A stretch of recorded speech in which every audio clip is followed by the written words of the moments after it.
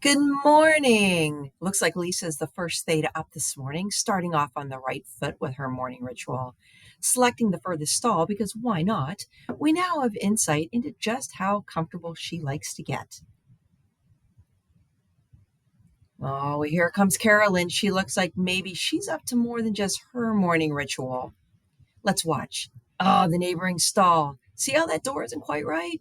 That's not going to be good news for Lisa. No, it looks like Carolyn has pretty much wedged Lisa in place. Does anyone remember if this was really a thing? All right, well, now the rest of the second floor is going to get in the groove. Here comes Karen. She is going to set up shop at the sink.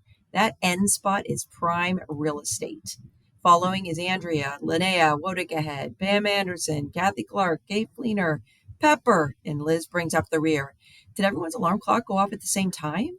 It's a flurry of activity at the sink. Hey, gals, we have another row of sinks. Ever hear social distancing?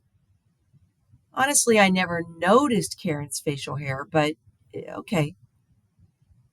Hey, aren't these gals a group?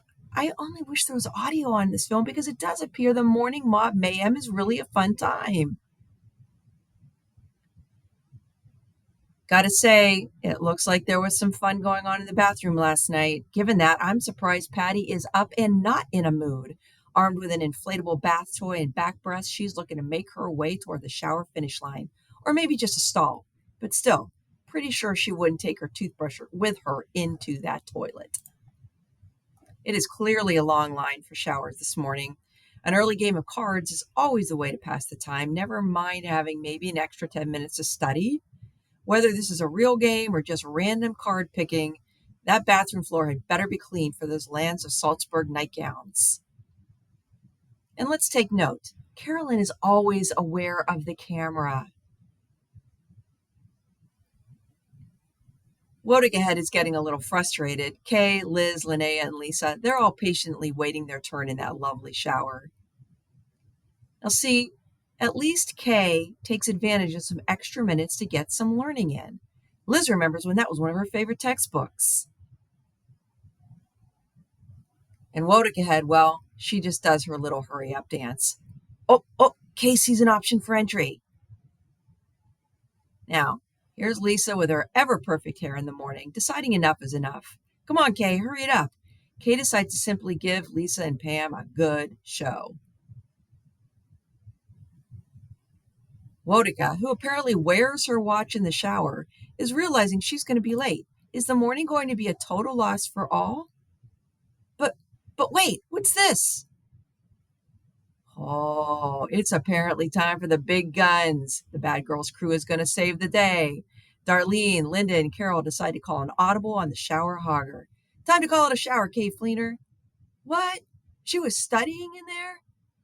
Little Lisa Heaton is going to yield to the Bad Girls, who apparently really like to shower together.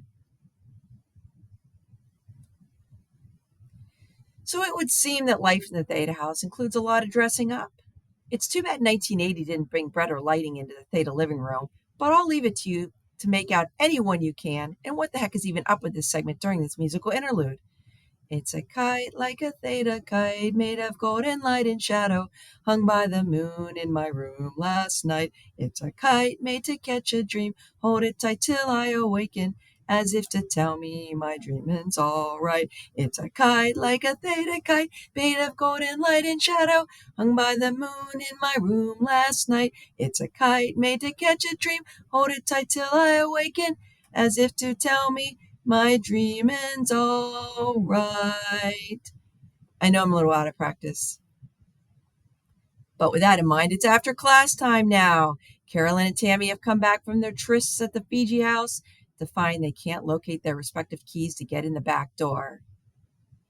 They'll give it a go, but it's locked? Shocker. Yeah, Tammy, why don't you just pull on that door a little harder? That'll do it. Carolyn says, what are we going to do? I'm hungry. But wait, a light bulb goes off in that hat of hers. Maybe the rec room windows are going to offer entry. Come on, Tammy. And by the way, no reason for them to be tiptoeing. Is it worth it to try to get this window open? Me thinks the windows are typically locked, but those gals are going to keep at it. All right, let's get this screen off. Joint effort, gals. You can do it. Oh, and let's just ignore that person watching who could have opened the side door for them. Windows unlocked and up. Good first step. Yay. That completely goes against National Theta policy, by the way. But Carolyn, you're a tiny little thing. Why don't you just shimmy on down in there? Careful now, don't hurt your back. Careful on that drop to the floor. It's going to be Tammy's turn soon. All right, Tammy's up now. Maybe slightly trickier than for Carolyn. She's making her way in. She's crunching up a bit. She's twisting and turning. Do you think they had to script in two of the tiniest girls in the house for this scene? Hey, they're happy they made it through. Hope they make it to dinner on time. Meanwhile, in the president's suite, Liz is just having trouble getting focused on her studies. Is it because trouble is brewing in paradise with Pencer? She tries to throw herself into a term paper, but the president never rests, and with no lock on that door, well, here comes Susie with our biggest problem of the day. Liz, my plant, it's getting worse. I'm a terrible plant parent. What does this say for my future? Liz tries to console Susie and says, hey, really, it could be worse. It's going to be okay. Why don't you just hang in there for a bit while I work? Okay, really, it's going to be okay. But before she can get back to it, Carolyn apparently has an issue with which Liz might help. Liz, I can't decide. My date with Donnie is tonight. What should I wear? I just can't decide what's going to go best with my hair. Liz doesn't care. She has bigger fish to fry. Carolyn, just pick one. Oh, coming in hot next are Annie and Tracy. Roommates clearly involved in some heated altercation. Liz manhandles Tracy, which Annie seems to support, but now Susie sticks her head where it doesn't belong. Liz is tired of this stuff. She has her own problems. Liz tosses Susie and Tracy out of the room. It takes a moment more, but she manages to get Annie out as well. I wonder if that issue ever got resolved. Well, okay, look, it is only the middle of the day.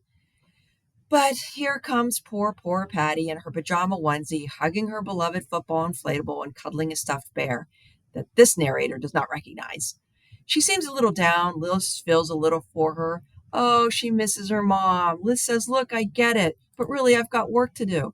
It's really time to just grow up. Finally, a moment without interruption, and it looks like Liz may be on the path to wrapping her head around her objective, but it's really not coming to her. While trying to clear her head, she looks almost expectantly at the door for another issue to come her way because, well, that's the drill. Oh, yep, here comes studious Shyla with textbooks for just one class. Liz, she says, I just do not grasp the fundamental concepts of what this class is trying to teach me. Can you help? Liz says, I understand. Look, let me tell you how this works. I took this course. This book is full of shit. Don't even pay attention to it. You're never going to use this stuff in real life. This seems to relieve Shyla greatly. Thanks, Liz. I knew you could help me make sense of what doesn't make sense. Darn theology. Oh my gosh. Does it ever end? Buoyant Bev comes bouncing in to relieve Liz's funk with physical activity, the answer to everything stressful. Come on, Liz, you just have to move around a little. Liz says, listen, I got you. I love your face, but you got to get out of my face. Liz shuts the door, but doesn't think to barricade it. Things are a little quieter. Liz is going to work through her course book. She's going to seek understanding, but then decides, screw it. Is this even worth it? The sash of that second floor window goes up very smoothly. Yeah, I fit through here. Goodbye, cruel world. Goodbye, Theta sisters. I'm out of here. Oh, she actually jumped? I thought she was just going to sit on the roof. Suddenly, some of her earlier problems are going to come back to haunt her. President Liz can't win. Well, if you can't beat them, you better join them. Back into the house. Now it looks like Linda is going to get some quality study time in the open study carrel. Peeking in to see if it's occupied, she finds, what? Horrors! What is Ron Starks doing in there? She thinks for a moment and then, it's a man in the Theta house. Let me do something with this. She looks around slyly to ensure a clear coast.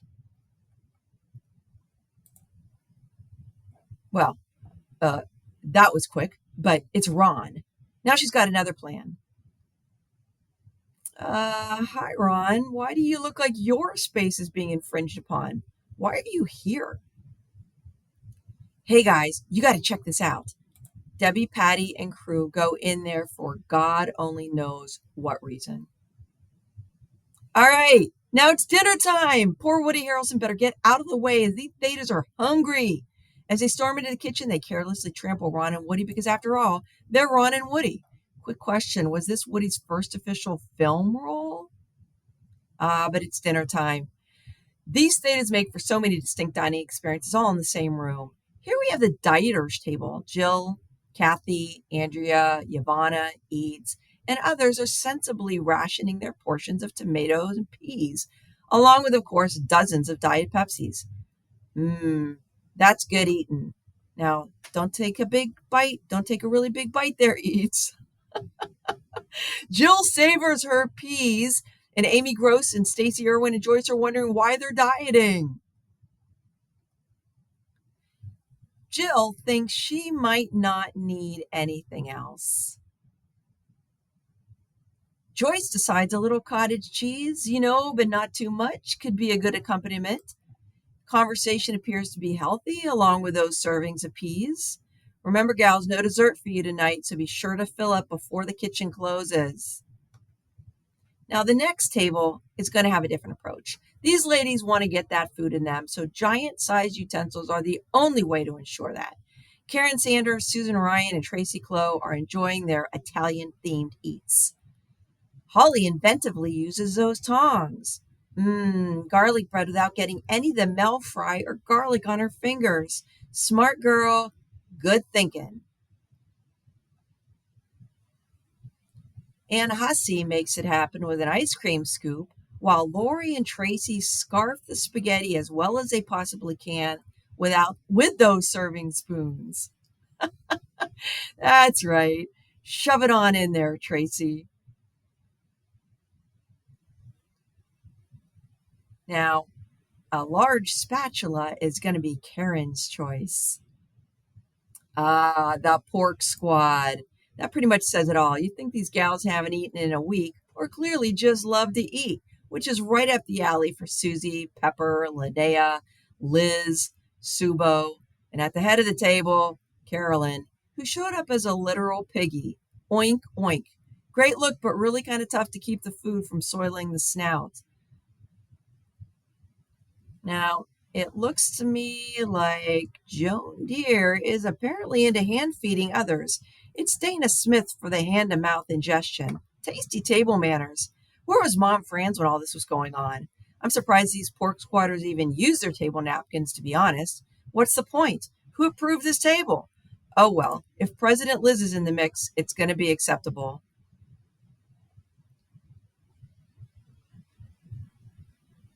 Joan perpetuates the manual feeding routine. It's somewhat surprising that Subo doesn't choke on her spaghetti intake. For more reserved and demure eating, let's move to the Lacoste table, where these girls love their alligators so much they make sure they're well fed too. Next to Deb Holdhouse, Kim Stewart's alligator prefers its food salted. Leslie Huffers enjoys carbs. Laura Johnson and Marianne Brandon have already fed their guys, so they're just going to enjoy their dinners. Update: Kim's going back in with some hydration. Good move. Deb makes a great call in offering a quick napkin wipe for her gator.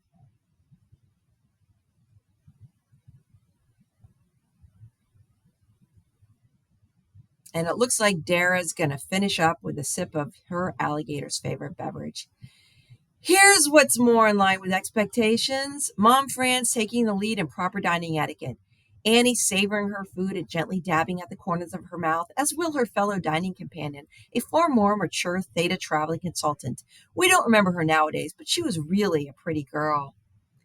Shyla, Wodikahead, and Patty, with her plaited hair yet, all enjoy the leisurely pace and delightful conversation. Lovely pinky extension, Shyla. Oh, Mom Franz, you are just the best. Here's Bojan and Kathy Cody rounding out the group dining table, displaying the most civility. And to say goodnight, some rear ends whose identities we will never know, displaying their letters and sentiments proudly, all in the day of the life of a Hanover College Theta.